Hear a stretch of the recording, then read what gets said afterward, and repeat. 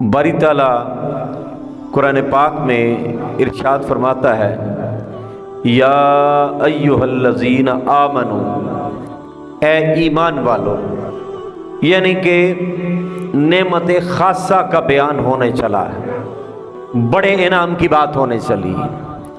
اے وہ لوگو جو ایمان لا چکے ہو، اے وہ لوگو جو مان چکے ہو، اے وہ لوگو جو گردنوں کو جھکا چکے ہو، جو دل کو جھکا چکے ہو، جن کی روحیں بھی متوجہ ہیں، جن کا دل بھی متوجہ ہے، جن کا جسم بھی متوجہ ہے۔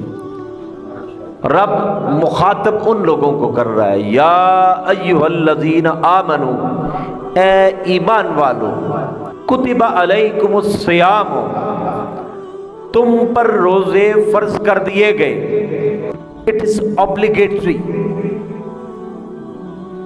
یہ آپ کی چوائس نہیں ہے، یہ آپ کی چوائس نہیں ہے، یہ obligation ہے، یہ فرض ہے، اس سے صرف نظر نہیں ہو سکتا، اسے چھوڑا نہیں جا سکتا، اور اسے چھوڑ کے اسے منایا نہیں جا سکتا، کیونکہ جس چیز کا وہ حکم دے اس کو چھوڑ کے وہ کیسے بنے گا؟ اسے منانا ہے تو پھر وہ کام کرو جس سے وہ مانتا ہے۔ ہمارا المیہ ہے، اسے منانا بھی چاہتے ہیں، اپنے بھی منوانا چاہتے ہیں۔ ہم چاہتے ہیں خدا وہ ہو جیسے ہم چاہیں ویسے ہو، خدا ایسا ہو جیسا ہم چاہیں، نہ نماز ہو، نہ روزہ ہو، نہ حج ہو، نہ زکوٰۃ ہو، دولت بھی بے شمار ہو، اولاد بھی صحت مند ہو، تابع دار ہو، ماحول بھی بڑا دینی ہو، کام کچھ نہ کریں۔ اللہ کو ہم اپنے مرضی کے مطابق بنانا چاہتے ہیں، جبکہ رب نے اپنی مرضی کے مطابق مخلوق کو بنایا ہے۔ تو میں گزارش یہ کر رہا تھا کہ کتب علیکم الصیام، تم پر روزے فرض کر دیے گئے۔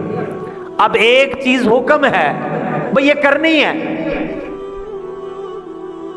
پھر بہانے نہ ڈھونڈو، یہ نہ دیکھو صحت کیسی ہے، صحت کی رخصت ہے۔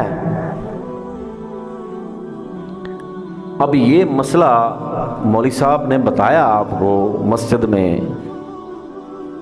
وَمَنْ كَانَ مَرِيضًا أَوْ عَلَى سَفَرٍ فَعِدَّةٌ مِّنْ أَيَّامٍ أُخَرَ، اگر کوئی مریض ہو یا کوئی سفر پہ ہو، فَعِدَّةٌ مِّنْ أَيَّامٍ أُخَرَ، باقی دنوں میں یہ روزے پورے کرے۔ کیا کبھی کیے؟ سب کے ساتھ مل کے تو بندہ رکھ لیتا ہے، شوال میں کبھی روزے رکھے؟ رمضان میں تو رکھا نہیں گیا، تو شوال میں کس نے رکھیں گے؟ فَعِدَّةٌ مِّنْ أَيَّامٍ أُخَرَ، مریض کو معافی نہیں ہے بھائی، جیسے صحت واپس آتی ہے حکم پورا کرنا ہے، جیسے صحت واپس آتی ہے حکم پورا کرنا ہے۔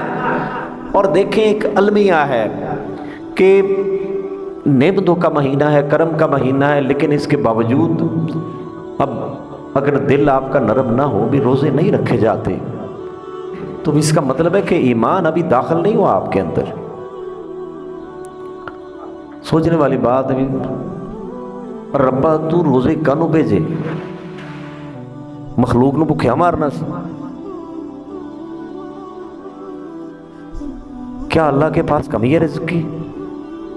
پانی کی کمی ہے، خوراک کی کمی ہے، سارا کچھ ہے، سب کو دے رہا ہے، پرندوں کو دے رہا تو ہمیں نہیں ملے گا؟ ہمارا ایک مہینہ نہ کھانے سے کیا رزق بڑھ جائے گا؟ یہ ایک طریقہ ہے اس سے جڑنے کا، یہ ایک طریقہ ہے مولا سے جڑنے کا۔ اب دیکھنا تو یہ ہے کہ کون کون آ کے جڑتا ہے، اور دیکھنا یہ ہے کہ کون کون پیچھے ہٹتا ہے۔ کتب علیکم الصیام، تم پر روزے فرض کیے گئے، کما کتب علی الذین من قبلکم، یہ نہ سمجھنا یہ تمہارے لیے، تم سے پہلے جو لوگ آئے تھے نا، پہلی جو امتی آئے تھے، روزے انہوں نے بھی رکھے، یہودی یوم عاشورہ کا روزہ رکھتے تھے، مسلمان بھی رمضان المبارک کے احکامات آنے سے پہلے عاشورہ کے روزے رکھا کرتے تھے۔ اور یہ جو دلیل آپ دیتے ہیں نا یار، کام بڑا کرنا ہوتا ہے، نہیں روزہ رکھا جاتا، کیا کریں، پسینہ اتنا زیادہ آتا ہے، تھکاوٹ اتنی زیادہ ہوتی بھی، کام بہت زیادہ ہوتا ہے، تو جب بندے کا ہی کام ہو جائے تو پھر کیا کرے گا؟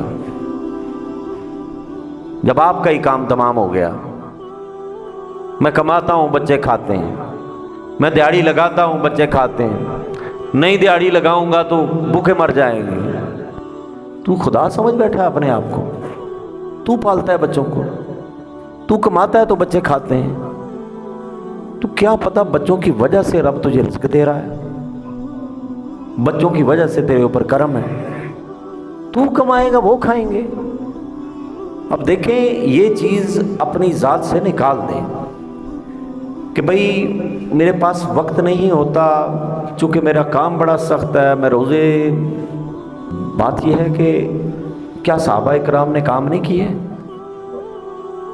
سوچنے والی بات ہے، کیا صحابہ اکرام نے کام نہیں کیے؟